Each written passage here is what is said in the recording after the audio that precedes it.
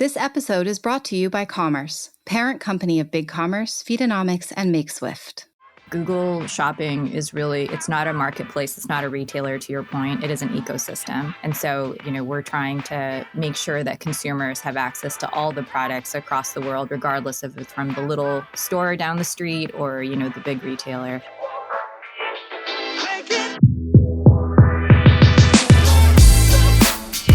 Welcome back to Retail Remix. Google's role in shopping has always been amorphous.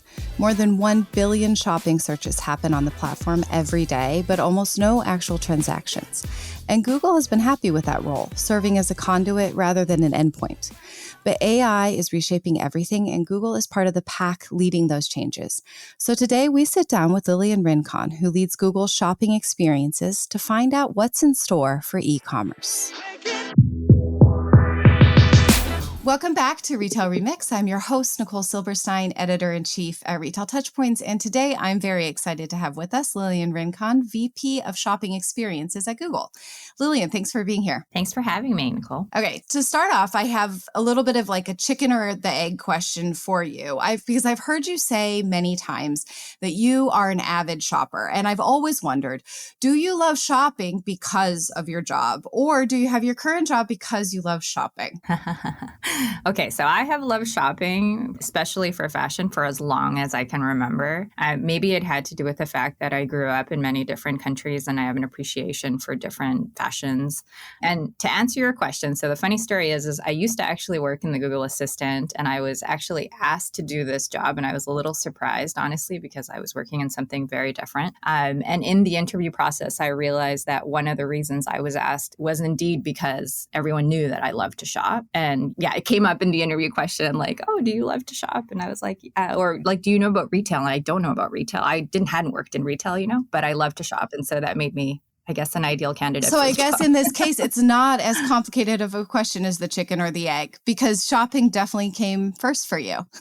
Shopping definitely came first. Yeah, but I assume it's very helpful to also be passionate about what you are now helping to build for consumers every day. Exactly. Okay, so speaking of that, you guys have rolled out just like a huge swath of updates to your shopping experiences this year. There's new virtual try-on experiences, improvements in the conversational tools, agentic features.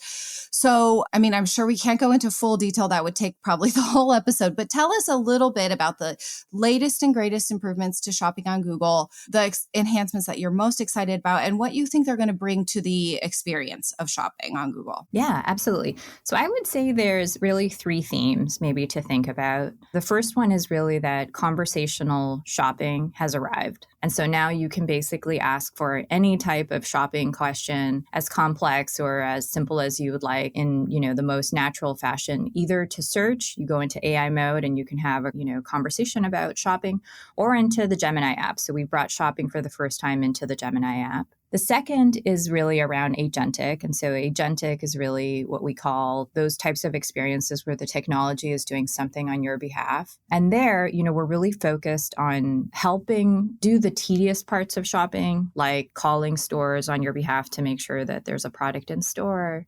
or helping you buy something automatically.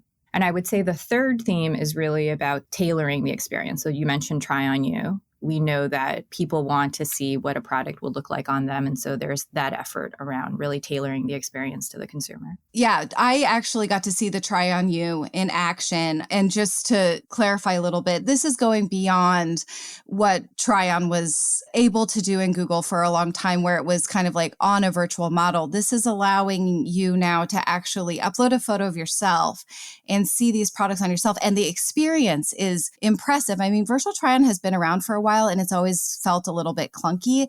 I can't believe how these dresses, like, you really do feel like you're getting a chance to see what it looks like on yourself. It's really something. Exactly. Yeah. Yeah, it's really incredible. As you said, Nicole, we've been on this journey for a few years now, and again, based on the need that we saw in the market, which is people didn't see themselves represented when they shopped, right? And as you said, we started with models where you would choose a model and we would use Gen AI to superimpose the product on the model that that represented you. But this year, we finally launched the ability to, you go in front of a mirror, you take a selfie, and then we're able to, with one image of you and one image of the merchant, be able to show you what that product looks like on you. And I think for me too, what stands out in this from other virtual try-on experiences is that a lot of the previous ones that I've seen are brand-based. So the brand is running it on their website. The difference on Google is that you have, I don't know, is it thousands, at least millions of products for sure across different brands. So the experience is really, it's more like getting a virtual mall versus a virtual store, which is really helpful if you don't know the brand you want to shop with. You just want a specific product and you're kind of brand agnostic. Exactly. Yeah. I mean, maybe just stepping back, Google Shopping is really, it's not a marketplace. It's not a retailer, to your point. It is an ecosystem. And so exactly to your point, we're trying to make sure that consumers have access to all the products across the world, regardless of it's from the little store down the street or, the big retailer. So speaking of little stores, you mentioned this new agentic feature that you are just now debuting, the local calling. So can you tell us actually a little bit more about this? Because this is another one that I saw in action and I couldn't actually envision what it was going to be like. It was impressive. So tell us a little bit more about that one. Yeah, absolutely. So, I mean, maybe just backing up, that came from the need that we saw of people, especially during the holidays. You do last minute shopping and let's say you find, you figure out exactly the product that you want. And it's really hard and stressful actually to find the product sometimes when you're in a rush and you're trying to really find that product. And so the agentic calling really is meant to tackle that. You'll be able to now go to Google, search for a product, like let's say, an electric guitar near you or a Labubu, let's say it's like the gift of the season. Yeah. And you will see a unit that lets Google call on your behalf. And then what we do is we use the Gemini models and our duplex technology to basically call local stores near you.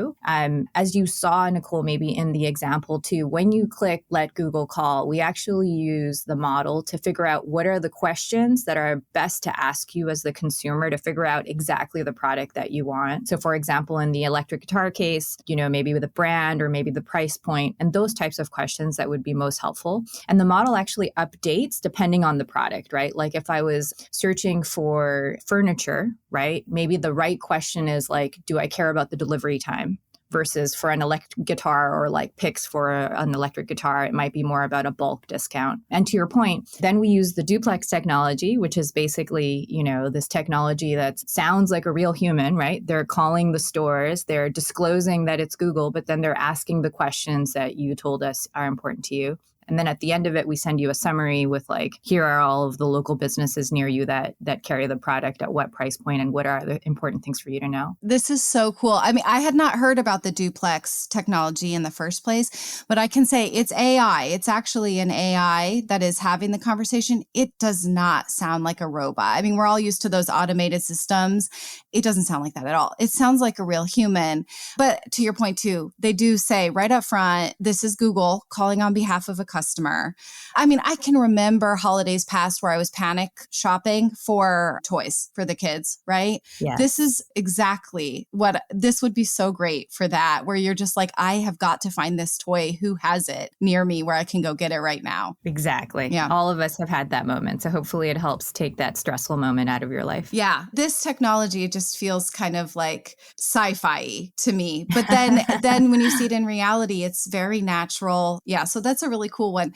Let's actually just talk a little bit more about Google's approach to agentic experiences like this, because there's the other one we didn't get a chance to talk about yet is the buy for me when you're price tracking a product. Yeah.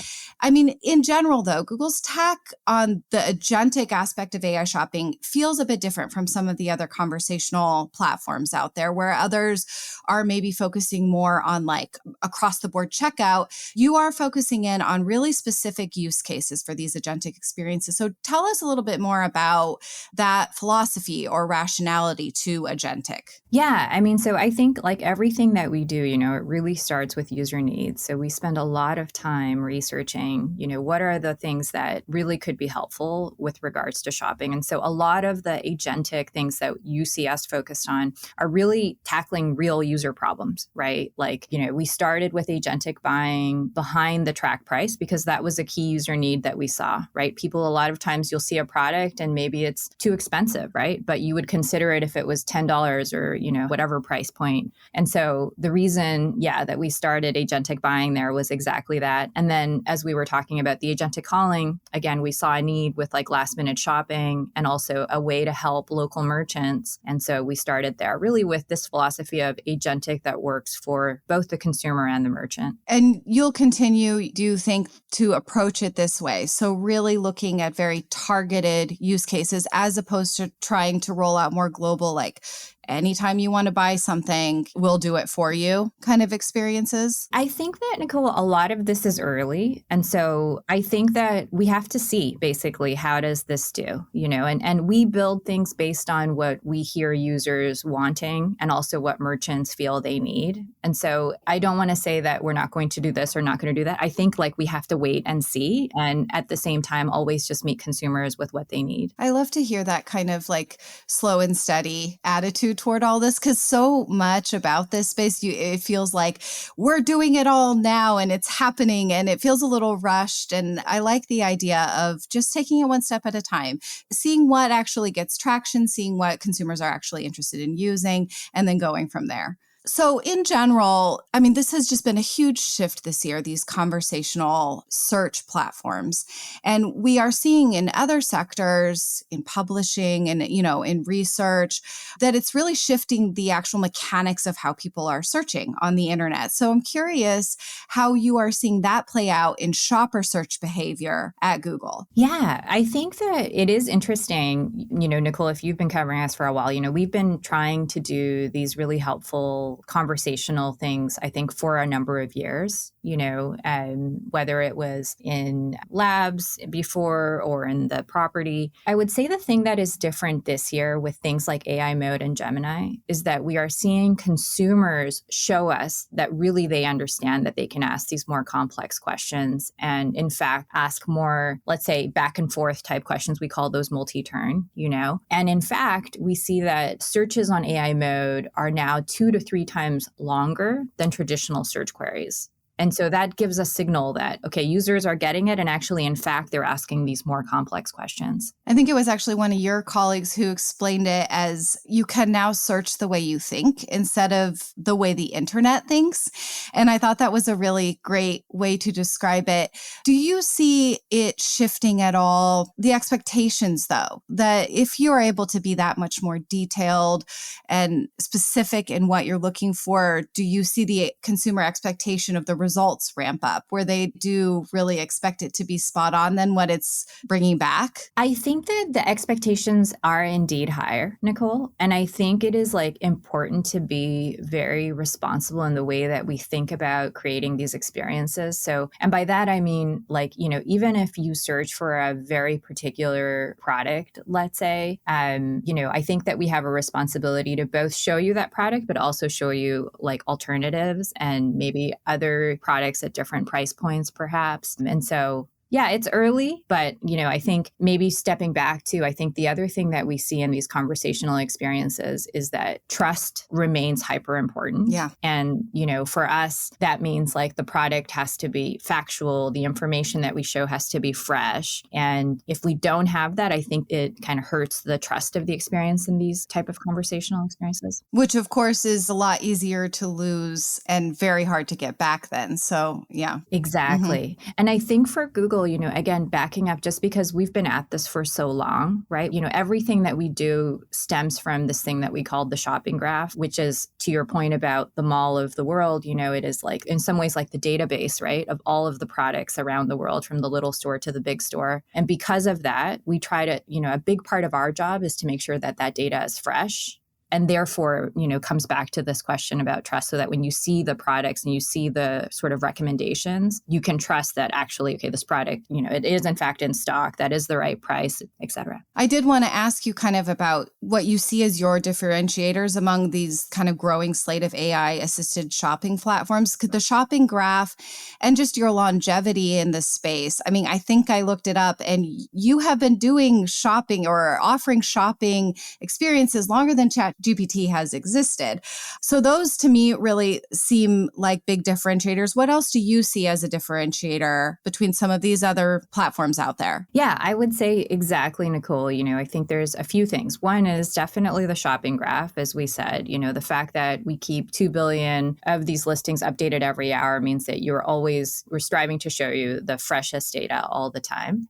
Secondly, I would say is, if you've been following us for some time, a big part of our focus has been on creating these shopping experiences wherever you are, in whatever product across Google you are. So over the past few years, I think we've talked about on search or on the shopping tab or on lens results in maps, right? And this year we're bringing now shopping to Gemini. So I think the scale and the ability to also reach users wherever they are, I think is a big differentiator. And then I would say the last thing is, of course, our Gemini models and our Gen AI assets.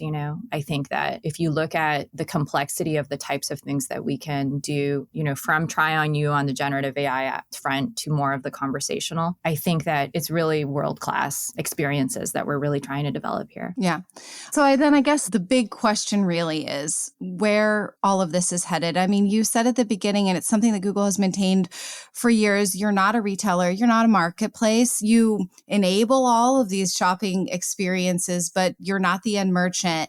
But the rapid evolution of AI has really kind of shuffled the playing board completely in e-commerce. So tell us a little bit more about the ultimate role that Google envisions for itself now within this kind of new world of AI powered shopping. Yeah. I mean, I think, again, we're going to continue to be an ecosystem and really focus on that value proposition for shopping. And I think for consumers, we're really going to focus on evolving shopping to, one, be more tailored or personalized, two, following in on the things that you heard, be more conversational. And I would say, in addition to conversational, multimodal, right? We didn't talk a lot about multimodal, but people search in many different ways. And I think Google, is going to continue to support users in whatever way they want to do that. And then the last part is, of course, agentic. And as we talked about, we want to be very thoughtful in the way that we introduce agentic to consumers and to merchants. Okay, so before we let you go, I have a quick little set of rapid fire questions. These are easier and lighter questions if you're willing to get to those. Yeah? Yeah, that sounds great. Okay, the first one is, where is your favorite place to shop in person? Yes. So I love to shop local small boutiques, to be honest with you, when I can in person. And in the Bay Area, there's a little boutique called Joey Ray's that is women owned, and they just have the best curation of gifts and clothes. And so I love shopping there. Yeah. I have a couple stores like that also in my town, and there's just nothing like going into a store and being surprised, Exactly. You weren't looking for anything and you find stuff anyway. It's just so delightful. Yeah. The thing that I also just really love about Google as a reporter is the insights that you have into shoppers because of the sheer volume of shopping traffic that moves through your platforms every day. And as an example of that, Google just put out its Holiday 100 roundup of the top trending gifts this year. What was your favorite product on this year's Holiday 100 list? The Pilates ring. Oh. I'm a big health nut, and yeah. Oh, okay. Yeah. I saw one that was a little Bluetooth photo printer, and I was like, that is cool. I want that. That's awesome. Also, the Switch 2 is on there, which in my household is a top request. Yeah. I'm not sure it's going to happen, but that one made sense. In addition to shopping, you also have a lifelong love of math. And I'm curious what it is about math, which so many people dread, that you find so appealing. So the funny thing is I didn't always love math, but I will tell you that, I'm half Chinese, half Spanish, and I moved around a lot. I moved not just cities, but I moved continents. So I moved from South America to North America to Asia, all in a period of 4 years. Wow. And math was the only subject that was universal. And I think because of that, I developed a love for math because it was the one thing I didn't learn, math is math in any language. Yeah. And anybody can speak it. Once you learn math, no matter where you are in the world, you're all speaking the same. I love that idea of math as a universal language. That's really beautiful.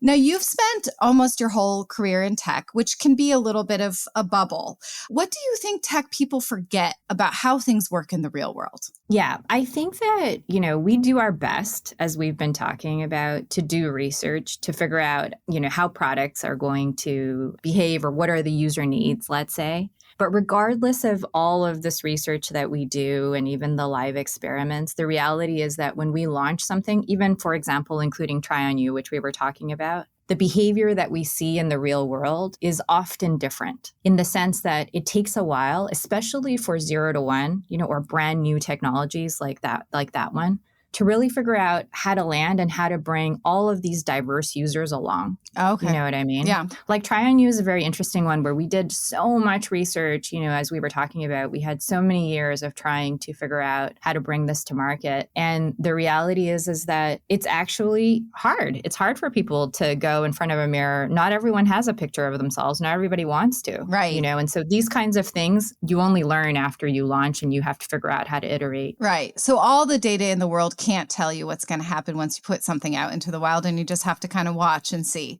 Yeah. And iterate. Yeah. Mm-hmm. Last question is, what advice would you give yourself 10 years ago? Yeah. I think that you do your best work when you work on something that you're passionate in, something you really care about. And I think even the first question you asked, I realized that this is the most fun I've ever had in my career because I get to work on AI, but I get to work on shopping, right. And it's something I love. Right. So do what you love. Good advice always. Well, thank you for being here with us today, Lilian, kind of giving us a window into how Google is approaching this brave new world of AI commerce. It was really a pleasure to talk to you. Thank you so much, Nicole. And thanks to all of you for listening. Be sure to share your thoughts on this conversation and your own experiences with AI commerce on LinkedIn on the Retail Touchpoints page, and let us know who you want to hear from in future episodes. Thanks, everyone. Talk to you all soon. Thanks for joining us for another episode of Retail Remix. Be sure to subscribe so you don't miss a future episode. You can find us on Spotify, Apple Podcasts, YouTube, or your favorite podcast app. Until next time, keep mixing it up.